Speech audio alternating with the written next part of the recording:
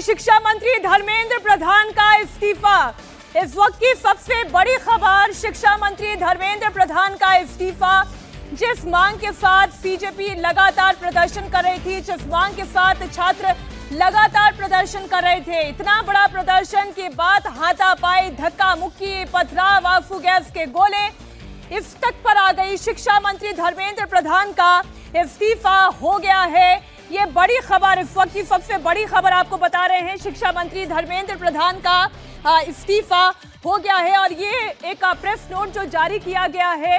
मेरे युवा साथियों, मैं पिछले 4 दशकों से अधिक छात्र, शिक्षक और शिक्षा सुधार के लिए समर्पित रहा हूं। मेरा सदैव यह विश्वास रहा है कि एक समावेशी, दूरदर्शी शिक्षा व्यवस्था ही सशक्त राष्ट्र की आधारशिला होती है।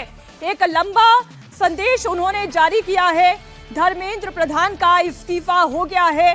जिस इस्तीफे की मांग लगातार छात्र कर रहे थे, वो इस्तीफा आ गया है। मैं पूरा उनका मैसेज जो है वो पढ़कर आपके सामने रख दूं।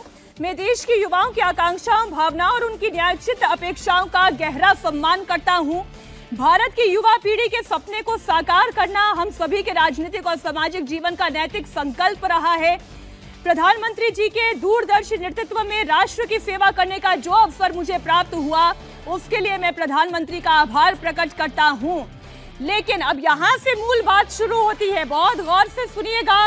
वो ये कह रहे हैं, किंतु 3 मई 2026 को हुई नीट यूजी की परीक्षा में सामने आई अनियमितताएं। भारत सरकार ने इसे तुरंत संज्ञान में लेते हुए जांच सीबीआई को सौंपी, परीक्षा को रद्द किया, पुनः परीक्षा की तिथि घोषित की गई। इसके साथ ही अगले वर्ष इस परीक्षा को सीबीटी यानी कि कंप्यूटर बेस्ड टेस्ट मोड में करने का निर्णय लिया गया। पहले ही दिन से इस पर मैंने जिम्मेदारी ली और परिस्थिति से कभी मुंह नहीं मोड़ा। मेरा ये संकल्प था कि हम किसी भी मेधावी छात्र की संभावना परीक्षा माफिया के कारण खराब नहीं होने देंगे, किसी भी छात्र के साथ अन्याय नहीं होने देंगे। परंतु इस दौरान कई छात्रों को गुमराह करने के लिए जिम्मेदार पदों पर बैठे हुए व्यक्तियों ने बाधा डालने की कोशिश की, जिससे मन अत्यंत व्यथित हुआ। वो ये कह रहे हैं कि उन्होंने पूरा प्रयास किया, लेकिन फिर भी जो जिम्मेदार पदों पर बैठे हुए थे, उन्होंने लापरवाही की, उससे मन व्यथित हुआ। पिछले 10 दिनों का घटनाक्रम देखकर मेरा मन दुखी है। यह मेरे लिए व्यक्तिगत प्रतिष्ठा का विषय नहीं है। वो ये क्या कह रहे हैं, बहुत गौर से सुनिएगा। ये मेरे लिए व्यक्तिगत प्रतिष्ठा का विषय नहीं है। भारत की युवा शक्ति ही इस देश की असली ताकत है। जंतर मंतर पर और देश में जो स्थिति बनी,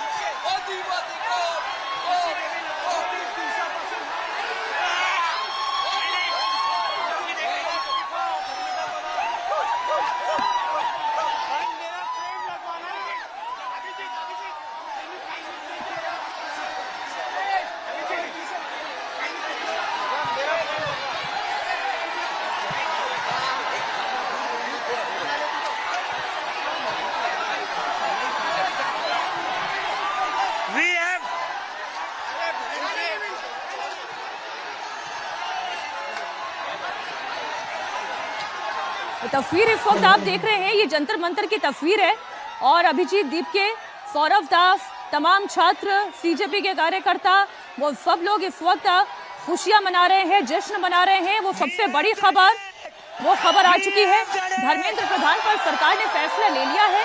शिक्षा मंत्री ने अपने पद से इस्तीफा दे दिया है।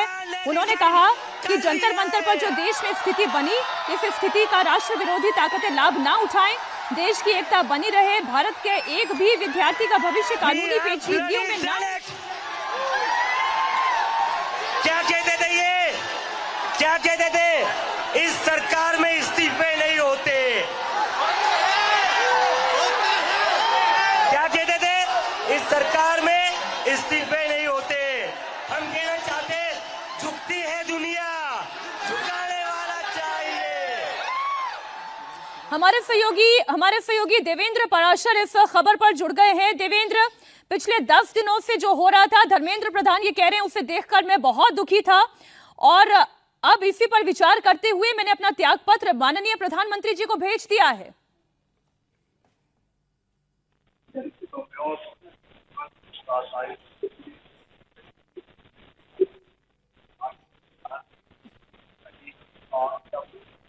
मैं एक बार फिर से कोशिश करूंगी संपर्क साधने की। ऑडियो ग्लिच है। एक बार फिर से बड़ी खबर आपको बता दूं, जो धर्मेंद्र प्रधान अपनी चिट्ठी के आखिरी हिस्से में कह रहे हैं उस बात को ध्यान देने की जरूरत है।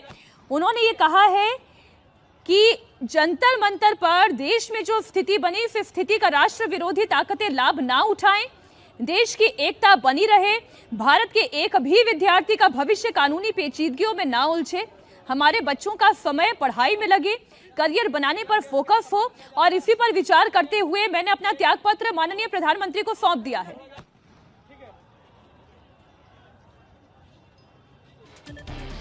हमारे सहयोगी India TV political editor Devendra Parashar जुड़ गए हैं। देवेंद्र, आखिरकार जो मांग थी उस मांग को समझते हुए देश की अखंडता बनी रहे, धर्मेंद्र प्रधान ने इस्तीफा दिया है।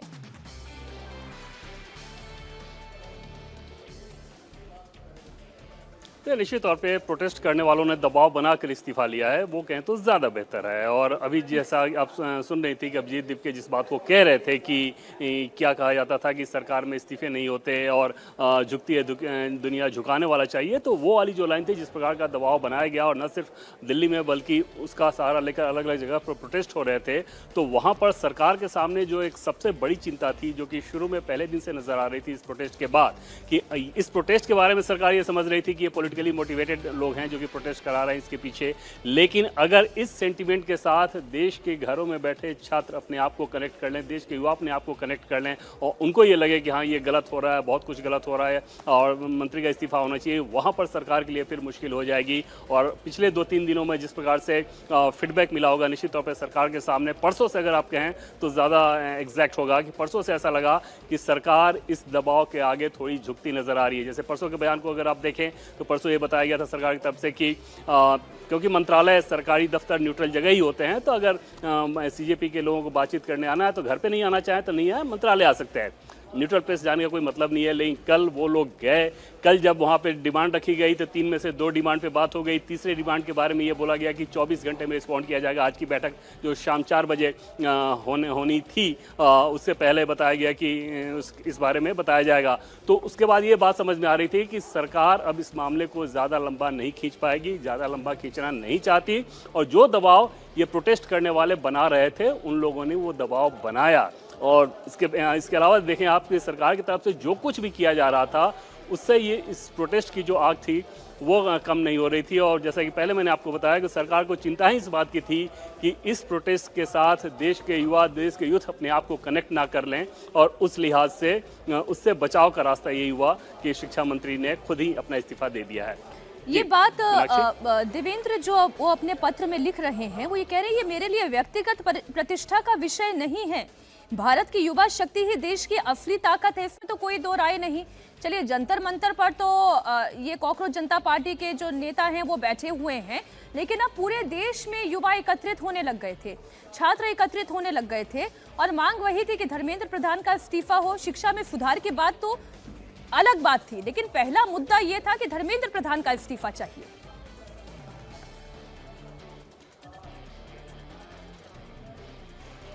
जी हाँ, बिल्कुल मीनाक्षी। और एक चीज़ होती है ना कि एक कैच पॉइंट बन जाता है। वो कैच पॉइंट ये बन गया था इस प्रोटेस्ट में कि धर्मेंद्र प्रधान का इस्तीफा हो, जबकि आप देखें तो अभी भी अगर आप देखें तो जिस नीट को लेके ये कहा जाता था, उस नीट की परीक्षा का प्रश्न पत्र लीक हुआ, लीक होने के बाद तुरंत दोबारा एग्ज़ाम हो गया, अच्छे तरीके से एग्ज़ाम हो गया, उसके रिजल्ट आ गए, अब उसकी काउंसलिंग हो रही है, बच्चे एडमिशन ले रहे हैं, तो ये सारी चीज़ें हुई।